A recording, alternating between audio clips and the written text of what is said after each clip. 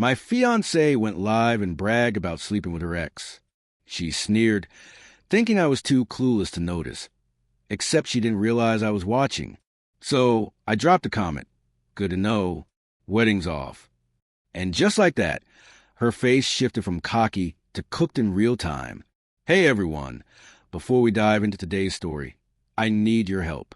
The channel's been losing a little traction, and one of the best ways you can support us is by subscribing. It's quick, it's free, and it helps us keep bringing you these wild stories. Your support means everything. So, let's keep this channel growing together. Thanks so much. Now, let's get into it. All right, Reddit, here's how it went down about 6 months ago. My fiancé's friend had started a live stream during their girls' night. Stacy, being the genius she thought she was, started bragging about how she'd been tricking me. And right there, I dropped my little bombshell in the comments. She freaked. 40 minutes later, she was at my place with her mom, yelling like the world was ending. What followed? Pure chaos. So grab your popcorn, boys, because this was one hell of a show. I'm a 34-year-old guy, and at the time, I was engaged to Stacy, 27. We'd been together for 3 years after meeting at a bike rally downtown in Austin through a mutual friend. Bikes have been my life since I was a kid. I own a motorcycle repair shop that I built from scratch over the last decade. It's not just a job, it's my pride. We specialize in classic American bikes and high-end custom builds, and business has been good, really good. I clear about $140,000 a year, with a 6-month waiting list for custom builds, and collectors constantly bringing me their vintage Harleys and Indians because they won't trust anyone else. This was an accident. I grew up with a wrench in my hand. My dad ran an auto shop, and my mom kept the books. They taught me 2 things. Build something that lasts, and don't get screwed financially. Dad used to say, in business and in love, know exactly what you're signing up for. Now, Stacy's dad, Robert, retired Marine colonel, started security consulting firm after leaving the Corps. Straight up stand-up guy. He always treated me with respect. Appreciated my hustle, my work ethic. He'd even drop by the shop just to talk bikes or strategy. I once overheard him telling his wife, Jensen's got his head on straight. That meant a lot. Her mom, though, Karen, was another story. She was a classic country club trophy wife. All appearances, all status. She leveraged her looks into marrying money and never worked a day in her life. Every time I was around, she made it clear I was barely tolerated. She'd constantly bring up Stacy's ex, Brad, and his real money, and every dinner turned into some backhanded comment about my little shop, like I was running a lemonade stand. Stacy herself? She wasn't like the women I'd dated before. My past girlfriends were career-driven, ambitious, independent. Stacy was beautiful, fun, and when her attention was on you, it was intoxicating, like being in the spotlight. But she was social media obsessed, always chasing trends. She worked part-time at some boutique downtown, barely pulling in $38,000 a year, and spent more time setting up coffee photos for Instagram than focusing on work. She'd spend hours angling for the perfect shot of a latte, then complain she couldn't afford a down payment on a Range Rover. Her family had money, not Texas oil rich, but comfortable enough that she never learned what a dollar was worth. With her, I always felt like the responsible adult in the relationship. Still, I mistook the rush of her attention for something deeper. Looking back, the warning signs were everywhere, like when my shop won a local business award last year. I was over the moon, but Stacy bailed last minute on the ceremony to go to some influencer event. It's just bikes, Jensen. This could be my big break. She didn't even text to ask how it went, or the time she'd scroll through Instagram while I talked about new custom builds, barely looking up before saying, that's nice. Then she'd ask if we could eat somewhere more Instagrammable than my favorite barbecue spot. She even suggested I rebrand my shop with a softer color scheme because black and chrome is so dated. I almost spit my drink out. And the kicker, one weekend I spent over 60 hours rebuilding a classic '69 Triumph, hunting rare parts across 3 states, solving mechanical puzzles that would have made most people give up. When it was finally done, I asked her to check it out. She walked into the garage, glanced at it for maybe 3 seconds, and said, Honestly, they all look the same. I don't know why you waste so much time on this. Waste. That word stung. Or when we were house hunting, and I showed her a place with a perfect 3-car garage. My dream workshop. The first thing out of her mouth was, "Can we convert it into a content creation studio?" That's where the real money is. When I reminded her that my hobby was what paid our bills, she rolled her eyes. For now. But once I hit 100K followers, we'll be on a different level. The entire time we were together, she never broke 3,892 followers. Fast forward, 10 months ago, I proposed. I spent weeks planning it, coordinating with the restaurant, the ring, the whole setup. Between the ring and proposal, I dropped close to $13,000. She cried, said yes, and within 30 seconds, it was on Instagram. The wedding was set for September. Venue booked, deposits paid, 175 guests confirmed. By then, I'd already sunk around $22,000 into it. Stacy's contribution? Absolutely nothing. "My job is to look beautiful," she'd joke whenever I brought up costs.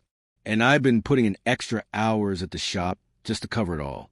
I didn't mind because the business was growing, but it drained the cash reserves I'd worked years to build. Then came last Friday night. Stacy had her girls' night, and I was home, sketching blueprints for a custom Indian chief while half watching the Spurs game. That's when I saw it. Taylor, her friend, had gone live on Instagram. The stream title, Bride Tribe Confessions. And that's when everything unraveled. Taylor had always been the kind of person who talked first and thought later. She'd been Stacy's best friend since their UT days, and to me, she'd always felt about as genuine as a $3 Rolex.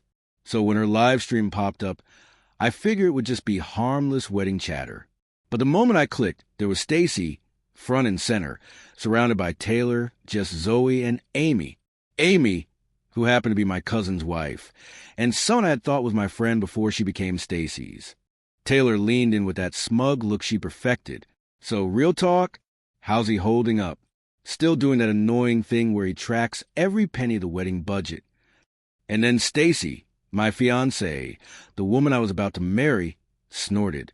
"Oh my God, Jensen is such a dumbass. He thinks this whole wedding is about checklists and budgets. He has no idea about the real plan, like how I'm going to redo his man cave as soon as we're back from the honeymoon." Taylor cackled. Stacy waved her hand like it was nothing. "That garage workshop? First thing to go. I already have a contractor lined up to turn it into a filming studio and a walk-in closet. If Jensen wants to play with his little bikes, he can rent space somewhere else." I felt my stomach drop. That garage wasn't just a room. It was my sanctuary. Every inch of it I built with my own hands. Wired the way I needed. Custom storage I designed myself. It wasn't just a workshop. It was me, then Zoe, with her fake little sympathetic face, chimed in. "I just worry you're settling, Mel. You always said you wanted someone more ambitious, more on your level socially." And Stacy? She slurred a little, wine in her hand, and laughed. "Sometimes I think he loves those stupid bikes more than me. But whatever. He's easy to manage, makes good money, and that'll pay for the house I want in Westlake Hills. The Europe trips I've been planning once I've trained him properly." Jess leaned forward with a grin sharp enough to cut glass. "That's why I told you to lock it down. My Aunt married a plumber. Boring as hell, but now he's loaded with 3 shops. You just smile, nod at their little shop talk, and enjoy the lifestyle." Taylor added fuel to the fire. "He's completely whipped, girl. Remember when he wanted to spend some of the wedding budget on that motorcycle charity for veterans?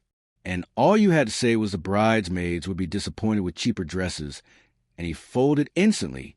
That hit me like a gut punch. That charity was for vets with PTSD, men who found healing in motorcycle restoration. I'd wanted to give $2,000 in my time. Stacy had made it sound like her bridesmaid's happiness was more important. Now I was hearing it had just been manipulation. "Pretty much," Stacy sighed, almost proud of herself. "He's boring, predictable, safe. He'd never suspect a thing. Thinks I'm just his perfect little princess." And then Taylor smirked. "Speaking of clueless, tell them." Stacy giggled like she was about to spill a state secret. Jensen has no idea. I met up with Brad 2 weeks ago while he was at that Parts Expo in Dallas. The girls gasped, all except Amy, who suddenly found her wine glass very interesting. You did not sleep with Brad. Zoe squealed. Stacy's face said everything. Maybe, and maybe it wasn't the first time since Jensen and I got together. Taylor slapped her a high five. And Jensen still has no idea? Stacy smirked. None. He's too busy to notice. Brad's been texting me the whole time. It's not serious, but the sex? Way better. And Brad actually knows how to have fun. Amy, clearly uncomfortable, tried to shift the subject. The venue is really beautiful, though. Jensen seemed excited. What a complete idiot. Stacy cut her off, and the girls erupted in laughter. Everyone except Amy.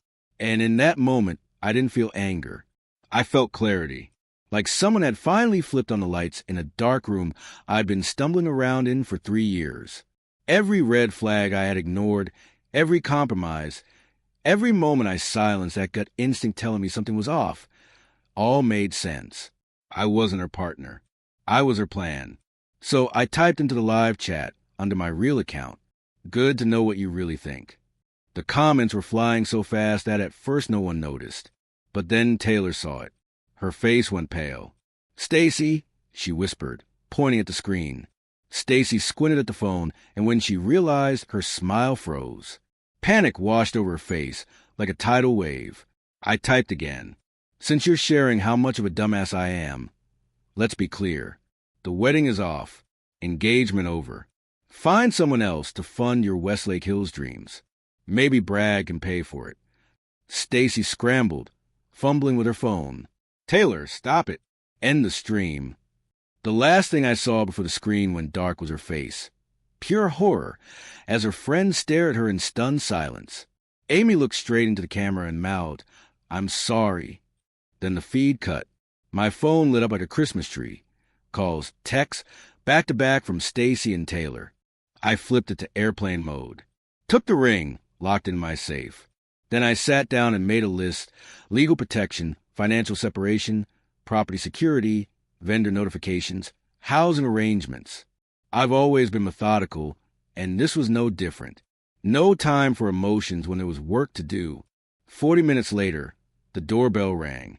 There stood Stacy, mascara streaked down her cheeks, looking like a raccoon caught in headlights. And right behind her, Karen, arms crossed, radiating country club outrage. "Jensen, please." Stacy's voice cracked. "It was a joke. Just stupid girl talk. It didn't mean anything." Karen stepped forward, chin high. "Young man, you humiliated my daughter over some meaningless female bonding. You can't just call off a wedding over something so trivial. Do you have any idea what people will say?" I leaned against the doorframe, arms crossed, calm as steel. "Was it a joke when you called me a dumbass? When you said I was easy to manage? That my only value was funding your lifestyle? Was sleeping with Brad just a joke too?" I asked. Stacy stammered, mascara streaking. "No. I mean, yes, I said those things, but it was Taylor egging me on. The wine. You know I love you.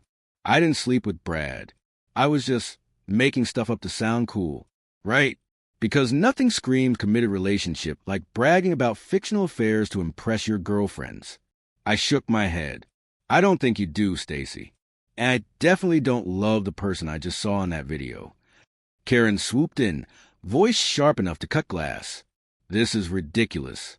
We have deposits paid, a $23,000 venue. Guests flying in from out of state. You are going to fix this, Jensen. I won't have my daughter humiliated." I laughed. Couldn't help it. "Karen, your daughter just announced to the entire internet that I'm her personal ATM and brag about cheating on me. There's nothing to fix, except the mistake I made proposing to her." Karen's eyes flashed. "You don't understand. My daughter has a position to maintain. Her friends know about this wedding. How do you think this makes her look? Like someone who got caught showing her true colors." I shot back. "Not my problem." Stacy broke down harder, sobbing. "My dress cost $6,800. The venue is perfect. My friends all saw. You've ruined everything. No, I said quietly. You ruined it yourself. If you want someone to blame, try a mirror. Karen jabbed her finger at me. If you think Robert will let you walk away from this, you're wrong. He's on his way here now. Good, I said flatly. Can't wait to hear what he thinks about his daughter cheating on me and calling me a dumbass in front of the internet. I told them to leave. Karen kept throwing threats over her shoulder, but I didn't care. I had the video. I had the truth. And I wasn't the one who had anything to hide. My phone buzzed nonstop. Angry messages, excuses, half-baked explanations from her friends. I screenshotted everything. Evidence is your best defense when you're dealing with people like this. I only turned my phone back on for one reason, to text my best friend, Ryan. Wedding's off. Need a place to crash? 10 minutes later, he was at my door with a duffel bag and a spare key. I don't want to be here when she comes back. I told him. Damn right, Ryan muttered. What the hell happened? I showed him the screen recording. He whistled low. Jesus Christ. What a snake. He handed me a drink. Pack your stuff. You're staying with me until this is sorted. So I did. Grabbed my important documents. Essentials. The things that mattered. That night, I made 2 calls. One to Sarah, my lawyer, and another to a locksmith to change every lock first thing in the morning. Sarah didn't even flinch when I explained. Send me the recording, she said. I know exactly what we're dealing with. She wasn't just my business attorney. She'd handled enough ugly breakups to know the playbook. Just as Ryan and I were heading out, headlights swung across the driveway. Robert, alone. His face was hard, jaw set, every inch of him still carrying that marine presence. Jensen, he said quietly. Got a minute? Ryan hung back while I stepped onto the porch. Robert didn't waste time. I saw the video. Karen showed me, thinking I'd take Stacy's side. She was wrong. I said nothing. I've always respected you, he went on. You remind me of myself at your age. Building something real, honest of fault. I raised Stacy to be better than this. His jaw tightened. Whatever happens, I don't blame you. He put a hand on my shoulder. Do what you need to do. I've got my own mess to deal with. As he turned to leave, he paused. And for what it's worth, I'm sorry. Truly. The next morning, I was sitting across from Sarah in her downtown office. She'd already reviewed the video, already drafted paperwork before I even walked in. Smart lawyer. She laid out clean. Protect myself and protect the business. Document everything. Every call. Every text. Every encounter. Texas is a one-party consent state. I could record every conversation if Stacy showed up. We'd file for a temporary restraining order, using the video as proof. Halfway through the meeting, my phone rang. Diego, my shop manager. His voice was tense. Jensen, she's here. Stacy and her mom. They're making a scene, screaming at customers, demanding you come out. I've told them to leave twice. Now Karen's threatening to call the Better Business Bureau. I put him on speaker, so Sarah could hear. Want to see this firsthand? I asked her. She nodded without hesitation. Absolutely. This will strengthen your case. When we pulled up to the shop, there they were. Stacy crying, Karen shrieking like the world owed her something. Diego stood firm, blocking the workshop entrance. Ma'am, I've already told you, Mr. Thompson isn't available. This is a place of business. If you don't leave, I'll have to call the police. Karen's face twisted. Don't you dare threaten me. Do you know who my husband is?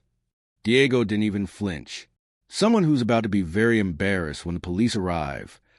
2 customers sat frozen in the waiting area, uncomfortable, while another had his phone up, recording every second. Perfect. Just what I needed. A viral scandal brewing right in the middle of my shop. A viral video of a domestic meltdown. That was the last thing I needed. But before the situation could spiral, Sarah stepped forward. Calm, sharp, and professional. Ms. Parker. Mrs. Parker. I'm Sarah Michaels, Mr. Thompson's attorney. You're trespassing, harassing employees, and disrupting customers. This ends now.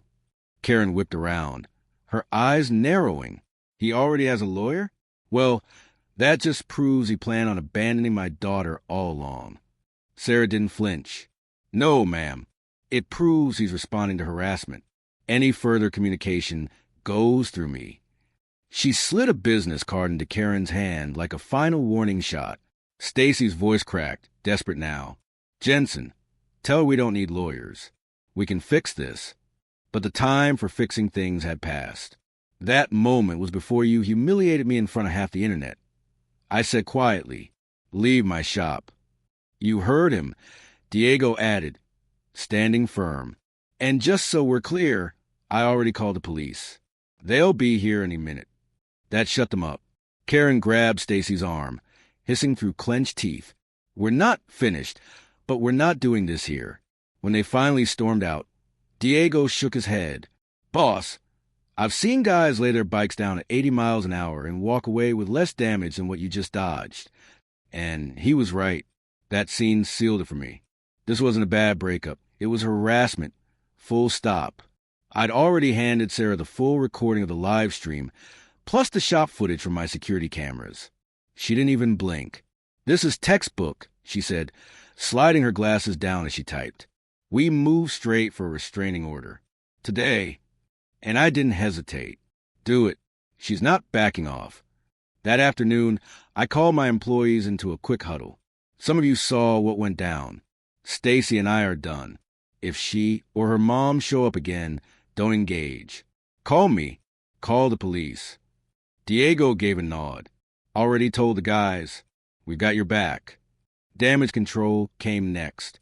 I smoothed things over with customers, offered discounts. Priority scheduling. Whatever it took to counter what they just witnessed. Most were understanding. Some even shared their own war stories about breakups gone sideways. Later that night, Ryan came with me to the house, so I could grab more of my stuff. But sure enough, Stacy had already let herself in with the spare key I forgot she still had. She was waiting, pacing, furious. You know this is breaking and entering, right? I said calmly, lifting my laptop into the duffel. The cameras are rolling. This is all evidence. It's not breaking in when I have a key, she screamed. You can't just throw everything away over one stupid video. Watch me, I muttered, zipping my bag. Ryan stood guard while I packed. By the time the locksmith arrived, I was ready to be done with it all. Every lock replaced. A new smart doorbell installed. $842 for peace of mind, and worth every cent. Back at Ryan's, I went into full lockdown mode. Canceled joint accounts. Pulled her off my cards. Changed passwords. Put fraud alerts on every account I had. Experience told me, when relationships collapse, money is the first battlefield. I started calling vendors, too. Most deposits were gone, but a few bent the rules after seeing the video, like the venue manager. Special circumstances, he said, handing back 60%. A small win in a losing game. Within 48 hours, Sarah had the temporary restraining order proved. She'd stacked the evidence high. The live stream, the shop incident, the home entry, the non-stop calls. The judge didn't hesitate. When Stacy was served, she lost it. New number, new rage. A restraining order? Are you insane? I'm your fiancé. Ex-fiancé. I corrected. And you just violated the order by calling me. I hung up, forwarded the call to Sarah, and kept stacking the evidence pile. That night, Robert called. Heard my daughter got served, he said, voice flat. That's right.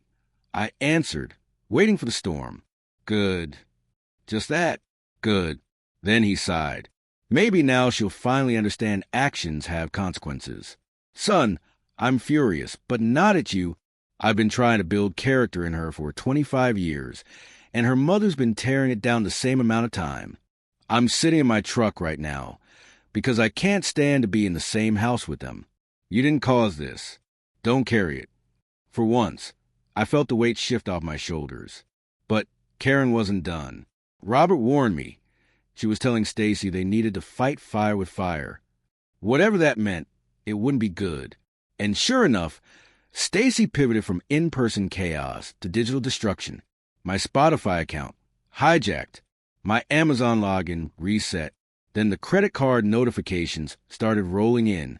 She'd racked up nearly $3,000 at Nordstrom and Sephora. On a card I'd forgotten she was still linked to. One call later, the account was frozen. Charges disputed. Fraud investigation opened. And it hit me. This wasn't just about betrayal anymore. It was war. The nightmare didn't stop at my house. It spread into every corner of my life. Stacy slipped into our shared storage unit and cleaned me out of vintage Triumph parts I'd spent years hunting down. Rare finds worth over $2,000, gone. I filed a police report immediately and added it to the ever-growing case file. That storage unit was my rookie mistake.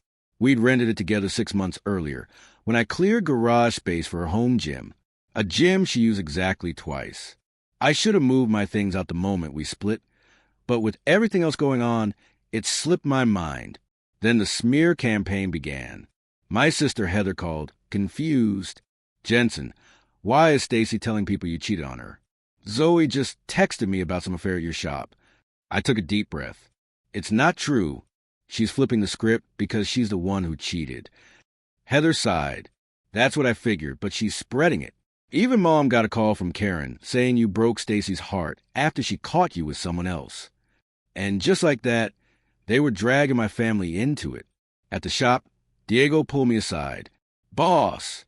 We lost the Rodriguez account and the Freeman build. Both canceled this morning. My chest tightened. Did they say why? Diego shifted uncomfortably. Mrs. Freeman said she heard disturbing things about how you treat women. She didn't feel comfortable supporting the business. The dots connected instantly. Stacy wasn't just trying to hurt me. She was going after my reputation. 2 projects, worth $28,000 combined, gone in a single day. Not enough to sink the shop, but a real hit to our bottom line. And worse, both were clients who carried weight in the community. I called Sarah on the spot. They're spreading lies about me, and now it's costing business. Her tone hardened. That's defamation. We'll add it to the case. Do you have proof it's coming from them? That proof came from someone I never expected. My cousin's wife, Amy, friends with Stacy since college, but married into my family, finally cracked under the guilt. They've got a group chat, she admitted. I'll send screenshots. And when I saw them, it was like a bomb went off. Taylor had set up burner emails, sending clients lies about me, gambling debts, cheating, being unstable and dangerous. Even worse, they'd mapped out a strategy. Target female customers, hit him where it hurts, his precious business. Stacy was right there, egging on. He thinks he can just walk away. Let's see how he feels when his reputation's in the trash. I sent everything to Sarah. This isn't just harassment anymore, she said. This is a pattern. These violations make the permanent restraining order a slam dunk, and now we got a defamation case with teeth. That night, Robert called me. His voice was heavy. I've been hearing some things, Jensen. Send me everything you've got. This ends now. The next few days blurred into damage control. I personally called every female client, explaining that false rumors were circulating. Some were skeptical, most were supportive, and at least I'd gotten ahead of the whispers. Diego pitched an idea, a customer appreciation day, free maintenance checks, discounted oil changes, barbecue on the house. Cost me $1,500, but it brought people back in, reminded them who we were. More than one told me they'd received strange emails, but never bought into them. 2 days before the hearing, Stacy's lawyer sent over a settlement offer. If I dropped the restraining order and defamation claims, Stacy would agree not to pursue her own claims of emotional distress and invasion of privacy. I forwarded it to Sarah, who burst out laughing. Emotional distress for being caught on camera? Invasion of privacy on a public live stream? They've got nothing. This is desperation. 1 week later, we were in court. Stacy walked in looking like she was auditioning for sainthood. Teary-eyed, draped in a conservative navy dress I'd never seen her wear. Straight out of Karen's closet.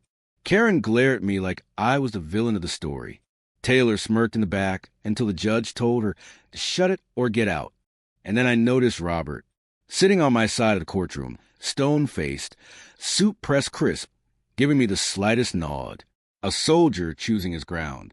Stacy's lawyer tried to paint her as a heartbroken victim, just processing grief in messy ways. Your Honor, Mr. Thompson ended a 3-year relationship over one unfortunate conversation. Ms. Parker's actions, while perhaps inappropriate, were emotional outbursts from a place of heartbreak. Sarah didn't even bother with a speech. She just pressed play. The live stream, the shop footage, the unauthorized charges, Amy's sworn testimony, and the screenshots of the group chat. And as the judge watched, Stacy's story began to crumble in real time. The screenshots were devastating. When the judge read Taylor's message about making sure every female customer knows what a creep he is, his jaw tightened. That was the moment the tide shifted. Sarah stood tall, her voice steady. My client didn't retaliate. He didn't lash out. He went straight to the courts for protection. Meanwhile, Miss Parker and her friends waged a coordinated smear campaign.